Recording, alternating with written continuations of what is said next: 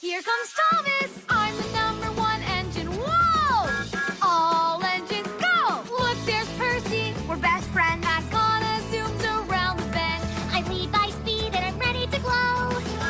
All engines go! Hey, there's Mia. I'm rocking out. Don't forget me, Thomas. And Diesel gets a shout. Hey! Need a fix-it crew, Carly and Sandy. You can count on us. We're super handy. Down the hills and round the whoa! All engines go! Thomas and the Promised Problem. It was a beautiful day on the island of Sodor. Thomas the Tank Engine was playing Stack the Tracks with Carly, a crane car. His best friend Percy watched, and the Fix-It engine Sandy cheered him on. Thomas knew he could do it. He was the #1 engine. He kept the tall stack ready as Carly reached way, way up and packed the final track. Ta-da! Thomas peeped. We knew you could do it, Percy said.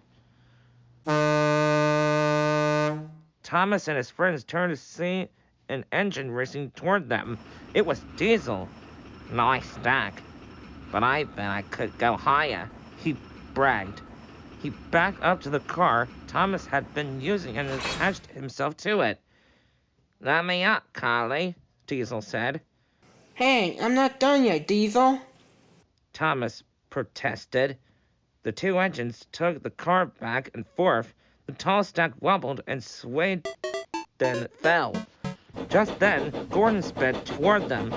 Gordon was going too fast. He wasn't able to stop in time. His coupling broke and he derailed, leaving his long train of cars behind. How am I supposed to make my delivery now? Gordon asked. Gordon's cars were filled with tires and bicycles, furniture, and train parts. These items are old, but still useful, Gordon said.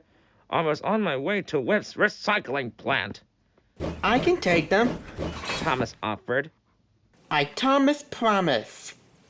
It's too much for a little engine, Gordon said. There were 6 cars are full. A thought flew into Thomas's funnel. I can take half, and Diesel can take half, he said.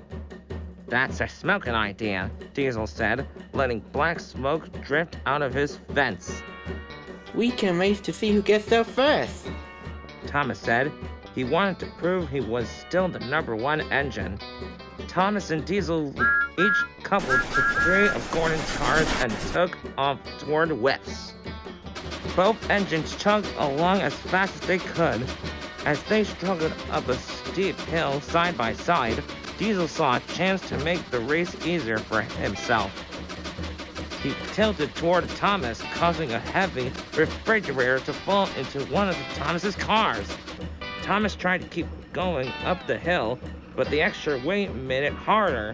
As Diesel inched ahead, Thomas could feel the heavy cars pulling him backward.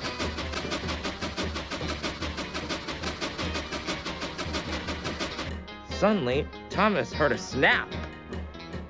Thomas watched, horrified, as his cars rolled back down the hill toward a dead end. He tried to chase them, but all 3 cars flew off the tracks, and so did Thomas. Thomas and his cars landed in a mud puddle. Percy, Sandy, and Carly raced after him to help. As Carly attached her crane to Thomas and started to lift him out, Thomas could hear Diesel tuning in the distance.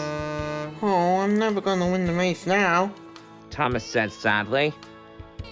But you promised Gordon you'd make this delivery, Percy said. Thomas knew his friend was right. He made a Thomas promise, and he wanted to keep it. He let Carly place him back on the tracks and started heading toward Whip's. As Thomas was making up time, Diesel was standing still. He was waiting for a drawbridge to come down so he could finish the race. He didn't want to waste his lead. The moment the bridge was in place, Diesel lurched forward so suddenly that all his cars rattled and creaked. As he sped away, he didn't notice that his near doors had opened.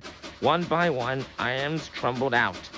Thomas had almost caught up to Diesel when he noticed the cargo littering the tracks ahead. Diesel, your cargo! He called out. But Diesel couldn't hear him. He was speeding away, faster and faster. Thomas stopped and picked up the fallen items. Percy, Carly, and Sandy soon caught up. Why did you stop? Carly asked. I still have a promise to keep, Thomas explained. and that means getting all of Gordon's cargoes to Whiffs. We're going to help, Percy said. Everyone started moving the cargo into Thomas's cars before Thomas knew the job was done.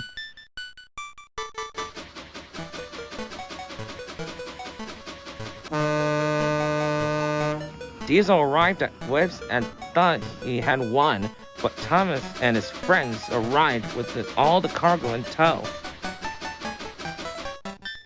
Thank you, Thomas, for keeping your promise, Gordon said. I couldn't have done without Percy, Carly, Sandy, and Diesel. Thomas said. Diesel's cargo might have fallen out, but he hadn't got it most of the way there. Gordon was happy that his cargo arrived, but he still had a broken coupling. He didn't know how he'd get his cars back in the station. Maybe I can help. Sandy said. She reached into one of Thomas's cars and pulled out an old hunk of metal. It was a coupling. Gordon tried it, and sure enough, his cars coupled, and he was ready to roll again. I guess these old things are still useful. Thomas peeped. Everyone smiled. Diesel turned to Thomas. Race you back? Thomas' smile got bigger. Oh, you're on.